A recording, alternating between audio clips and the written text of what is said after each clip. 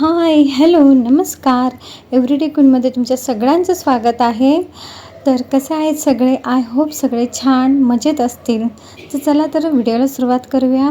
तर आज ना मॉर्निंगला मला खूप छान वाटतं. जेव्हा मी केव्हा उठली की मी पहिलं मॉर्निंगला बाहेर जाते बाल्कनीत आणि मी हे असं शूट करते, कारण की मला खूप छान वाटतं हे वातावरण. पण आजचं वातावरण बघा ना किती ढगाळ आहे, जसं का कुठे पाऊस पडत आहे किंवा इथेच पाऊस येणार आहे असं हे वातावरण झालं आहे.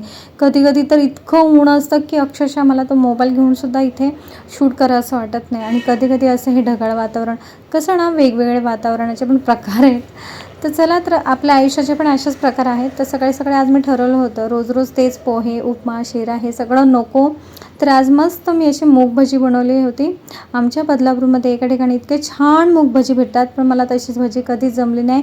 पण मी जे बनवलेली भजी आहे ते सुद्धा काही वाईट नाही आहे.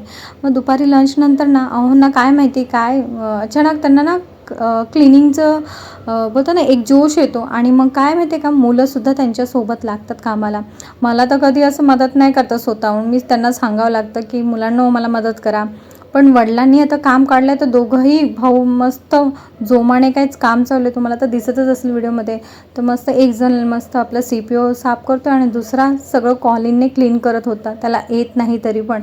आणि असं एवढा पसारा जो त्यांनी आवरला आहे आज, म्हणजे नेहमी मीच आवरते तर त्यांना मी म्हणते हे जर पसारा जरा कमी करत जावा.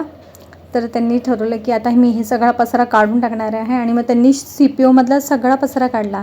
तर मी चला सगळे थकले असेल दुपारी काम करून करून उन्हात, तर मस्त असं गार फ्रीजमधलं असं वॉटरमेलनचं मी मस्त असं कटिंग केलं छान सुंदर. त्याच्यावर चाट मसाला आणि आपलं सेंदो मीठ टाकलं आणि सगळ्यांना दिलं. आणि खरंच टेस्ट खूप छान होत लागते, म्हणजे ते कलिंगड इन्हॅन्स होऊन जातं.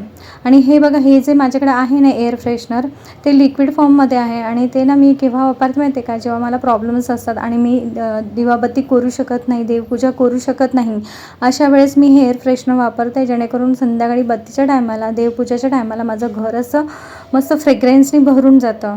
तर तुम्हीसुद्धा ही ट्रिक यूज करू शकता. जर ज्या दिवशी तुम्ही पूजा करू शकत नाही त्या दिवशी तुम्ही हे असं काही फ्रेग्रन्स वापरू शकता.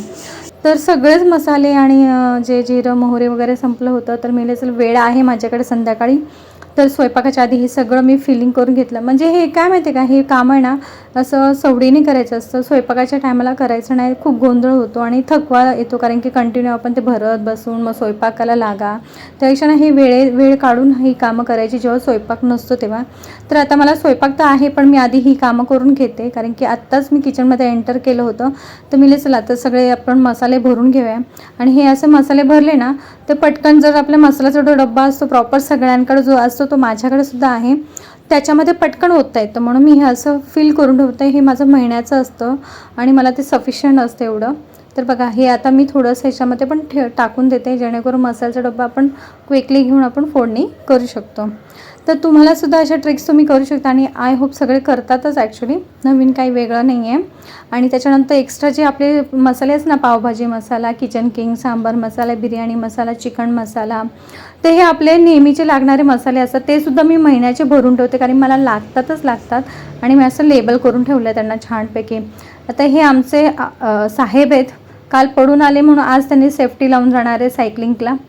आणि त्याच्यानंतर मी चला आता उद्याची तयारी करून ठेवूया. आदल्या रात्री जेवण आपण तयारी करून ठेवलं ना की उद्याचा मेनू जरा सोपा पडतो. आणि हे माझ्या मुलाचं आणि अहोंचं फेवरेट आहे राजमा, तर तो मी आज भिजत घालते, म्हणजे उद्या मला पटकन करता येईल.